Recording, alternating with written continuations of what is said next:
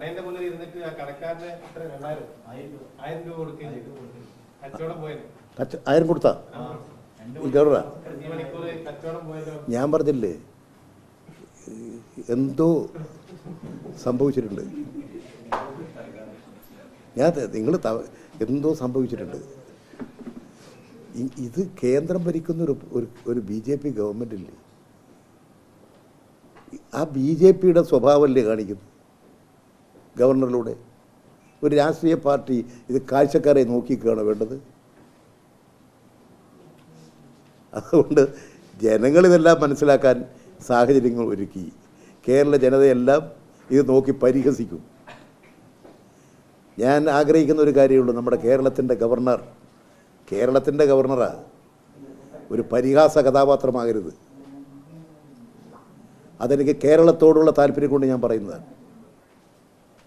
ഒരു പരിഹാസ കഥാപാത്രമായി ചുരുങ്ങിപ്പോകരുത്. അതുകൊണ്ട് ഇത് കേരളത്തിലെ ജനങ്ങൾക്കാണ് അപമാനം. മുഖത്തതോ ഞാനതാ പറഞ്ഞ, അദ്ദേഹം റോഡിലിരുന്നപ്പോൾ ഒരു കൊടയും കൊണ്ട് കൊടുത്ത് കുറച്ച് വെള്ളവും കൊണ്ട് കൊടുത്തിട്ട് അവിടെ ഇരിക്കട്ടെ. എന്താ ഇവിടെ സംഭവിക്കുക? ഗവർണർ 1 മിനിറ്റ് 1.25 മിനിറ്റ് പ്രസംഗിച്ചു. ഇവിടെ എന്താ സംഭവിക്കുക? ഇടതുപക്ഷ ഗവൺമെൻറ് നയം ഉണ്ടാവില്ലേ? അദ്ദേഹം തെറ്റ് വായിക്കാത്തതുകൊണ്ട് നയപ്രഖ്യാപനം ഉണ്ടാവില്ലേ? അദ്ദേഹം ചെറുതായി എന്നുള്ളതല്ലാതെ കേരളത്തിലെ ഗവൺമെൻറ് എന്താ? അത് അദ്ദേഹത്തെക്കുറിച്ച് ജനങ്ങൾക്ക് തിരിച്ചറിയാൻ ആ നടപടികൾ ഉപകരിച്ചു. അതുകൊണ്ട് ഇതൊക്കെ ജനങ്ങൾ മനസ്സിലാക്കും. ഈ കേരളീയരായ ജനങ്ങൾ ഇത് നല്ലതുപോലെ തിരിച്ചറിയും. അതിൻ്റെ ഭാഗമായിട്ട് തന്നെ ഇടതുപക്ഷ ഗവൺമെൻറ്റിന് കൂടുതൽ മതിപ്പും ബഹുമതിയും ബഹുജനങ്ങൾക്കിടയിൽ ഉണ്ടാകും. ഇദ്ദേഹത്തിൻ്റെ ഈ പറാട്ട് നാടകം കൊണ്ട് കേരളത്തിൽ ഇടതുപക്ഷ ഗവൺമെൻറ്റിന്, ഇടതുപക്ഷ ജനാധിപത്യ മുന്നണിക്ക് കൂടുതൽ ജനപിന്തുണയുണ്ടാകും. അതാണ് സംഭവിച്ചുകൊണ്ടിരിക്കുന്നത്. ഞങ്ങളധികം പറയാതെ തന്നെ ജനങ്ങൾ തിരിച്ചറിയും. അതാണ് കേരളത്തിൽ ഓരോ ദിവസവും ഉണ്ടായിക്കൊണ്ടിരിക്കുന്ന മാറ്റം.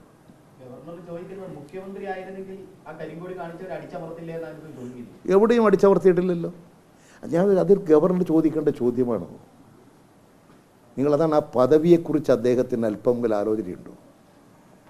ഈ മുഖ്യമന്ത്രി വിമർശിക്കാൻ നടക്കലാണ് ഒരു ഗവർണറുടെ ചുമതല. ആ കരിങ്കൊടി കാണിച്ചിരിക്കുന്ന മുഖ്യമന്ത്രിയാണെങ്കിൽ അവരടിച്ച നിങ്ങൾ ആലോചിക്കേണ്ടത് എത്ര ചെറുതാവുകയാണ്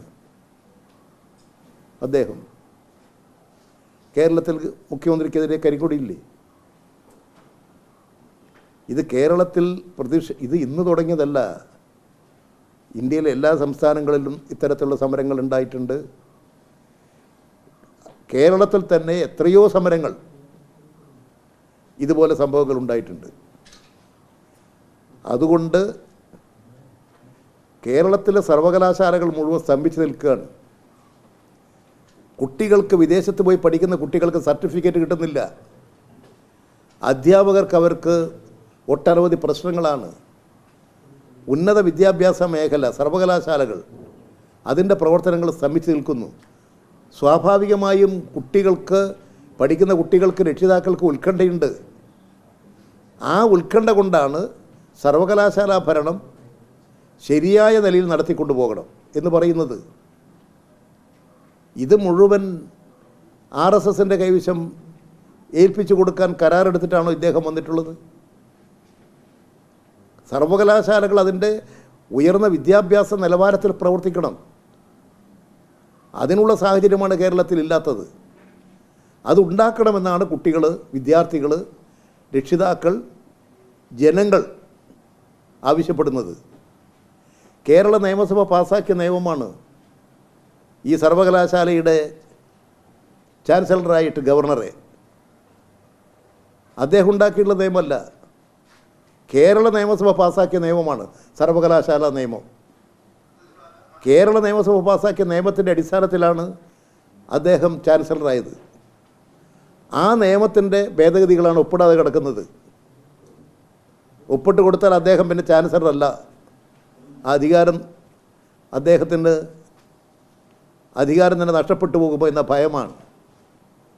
അതുകൊണ്ട് അദ്ദേഹം ചാൻസലറായതും കേരള നിയമസഭ പാസ്സാക്കിയ നിയമത്തിൻ്റെ അടിസ്ഥാനത്തിലാണ്. അത് അദ്ദേഹം മനസ്സിലാക്കണം. നിയമസഭ പാസ്സാക്കിയ നിയമമാണിതെന്ന്.